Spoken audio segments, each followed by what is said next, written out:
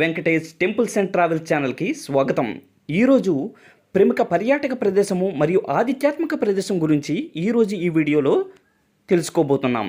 Mini Kailasagiri ఎక్కడ ఉంది, అదేవిధంగా మినీ కైలాసగిరి దగ్గర ఉన్నటువంటి ఆలయం ఏమిటి, ఈ ఆలయాన్ని ఏ విధంగా చేరుకోవాలి, ఈ ఆలయం యొక్క విశిష్టత ఏమిటి, మినీ కైలాసగిరి అని ఎందుకు అంటారు వంటి వివరాలు అనేది ఈ వీడియోలో పూర్తిగా వివరించడం జరుగుతుంది. ఈ వీడియోని ఎక్కడ స్కిప్ చేయకుండా మీరు చూసినట్లయితే ప్రముఖ ఆధ్యాత్మిక ప్రదేశంతో పాటు పర్యాటక ప్రాంతాన్ని మిస్ కాకుండా ఉండవచ్చు. ఈ వీడియోలో పూర్తి వివరాలు అనేవి మీకు అందించడం జరుగుతుంది.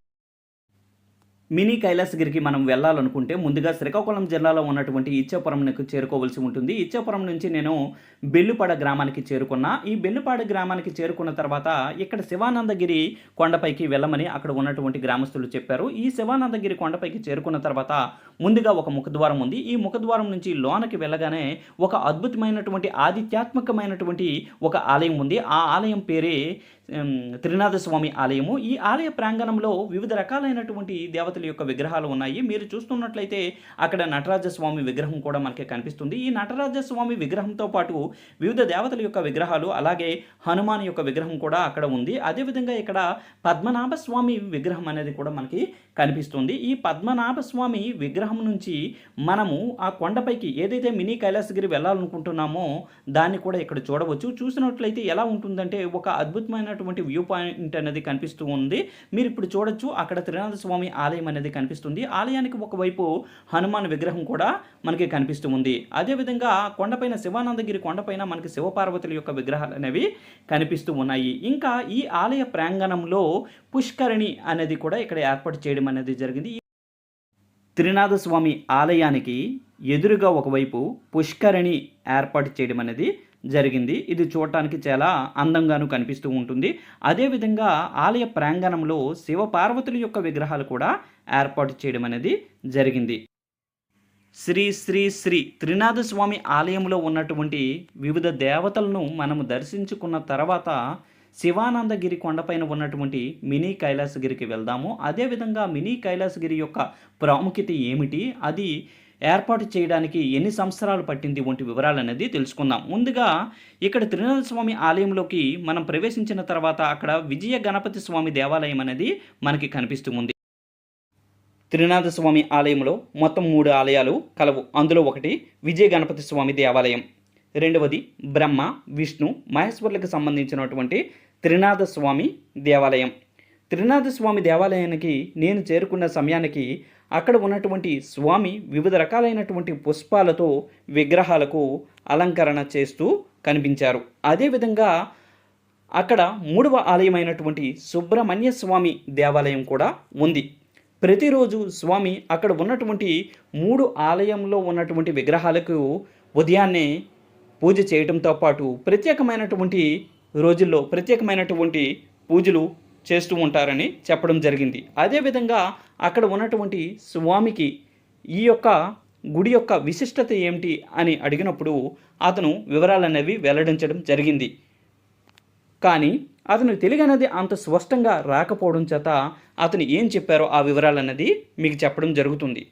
సూర్యోదయ సమయంలోనే సూర్యకిరణాలు అనేవి ఆ గుడిలో ఉన్నటువంటి విగ్రహాలకి నేరుగా తాకుతాయి అన్నది అది ఒక అద్భుతమైన దృశ్యం అనేది అతను చెప్పడం జరిగింది. అదేవిధంగా గణపతి స్వామికి, సుబ్రహ్మణ్య స్వామికి, అదేవిధంగా త్రినాథ స్వామికి ప్రత్యేకమైనటువంటి రోజుల్లో ప్రత్యేకమైనటువంటి పూజలు నిర్వహిస్తారని, అదేవిధంగా కార్తీక మాసంలోనూ ఎక్కువ సంఖ్యలో భక్తులు వస్తూ ఉంటారనేది అతను చెప్పడం జరిగింది. త్రినాథ స్వామి ఆలయాన్ని దర్శించుకున్న తర్వాత ఇప్పుడు మినీ కైలాసగిరికి వెళ్ళబోతున్నాం.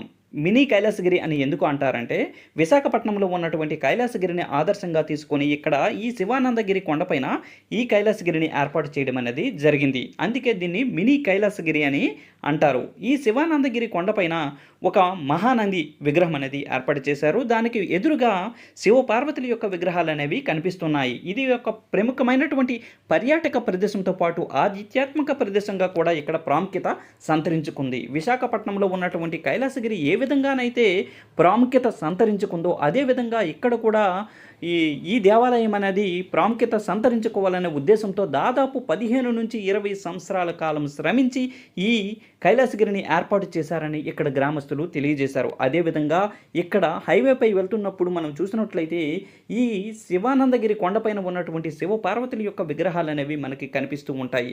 అదేవిధంగా శివానందగిరి కొండపై నుంచి కింది భాగంలో చూసినట్లయితే అక్కడ ఉన్నటువంటి త్రినాథస్వామి ఆలయం కూడా మనకి కనిపిస్తుంది. త్రినాథస్వామి ఆలయంతో పాటు ఇక్కడ మినీ కైలాసగిరి ఉండటంతో ఎక్కువ మంది భక్తులను అలాగే పర్యాటకులను ఆకర్షించుకుంటుంది అని చెప్పడంలో అతిశయోక్తి లేదు. ఎందుకంటే ఎక్కువ మంది పర్యాటకులు ఈ ప్రాంతాన్ని సందర్శిస్తూ ఉన్నారు. అదేవిధంగా మీరు ఈ ప్రాంతాన్ని ఎప్పుడైనా సందర్శించారా? సందర్శించినట్లయితే కామెంట్ రూపంలో తెలియజేయండి. అదేవిధంగా నేను ఇచ్చినటువంటి వీడియోలో ఇన్ఫర్మేషన్ మీకు నచ్చినట్లయితే లైక్ చేసి షేర్ చేసి సబ్స్క్రైబ్ చేయండి. మరొక మంచి వీడియోతో అదేవిధంగా పర్యాటక మరియు ఆధ్యాత్మికమైనటువంటి ప్రాంతాలతో మీ ముందుకి తీసుకురావడం జరుగుతుంది. అదేవిధంగా మీరు చూసినట్లయితే ఈ శివపార్వతుల యొక్క శివపార్వతుల విగ్రహాలు చుట్టూ ప్రదేశం అనేది మనము తిరగడానికి వీలుగా ఉంటుంది. ఆ విగ్రహాల యొక్క వెనుక భాగం వైపు వెళ్ళేటప్పుడు మనకి ఆ వెనుక భాగం నుంచి మనం చూసినట్లయితే విగ్రహాలు అనేవి చాలా అందంగా కనిపిస్తూ ఉంటాయి. అదేవిధంగా ఉదయం పూట వెళ్ళినట్లయితే సూర్యకాంతి అనేది ఆ విగ్రహాల పైన పడుతున్నటువంటి దృశ్యాలు అనేవి చాలా అందంగాను ఆహ్లాదకరంగాను కనిపిస్తాయి. మనకు ఆధ్యాత్మికమైనటువంటి ఫీలింగ్ అనేది మనకు అక్కడ రావడం అనేది జరుగుతుంది. అదేవిధంగా ఈ ప్రదేశాన్ని ఇంతవరకు మీరు సందర్శించినట్లయితే ఈ వీడియో చూసిన తర్వాత అయినా సందర్శిస్తారని కోరుకుంటున్నా. ఎందుకంటే ఇది ఒక మంచి ఆధ్యాత్మికమైనటువంటి పర్యాటక ప్రదేశము. ఇలాంటి ప్రదేశాన్ని మీరు మిస్ చేసుకోరు అని నేను భావిస్తున్నా. ఈ వీడియో కనుక మీకు నచ్చినట్లయితే కామెంట్ రూపంలో తప్పకుండా తెలియజేయండి. మరొక మంచి వీడియోతో మీ ముందుకు రావడం అనేది జరుగుతుంది. Thank you.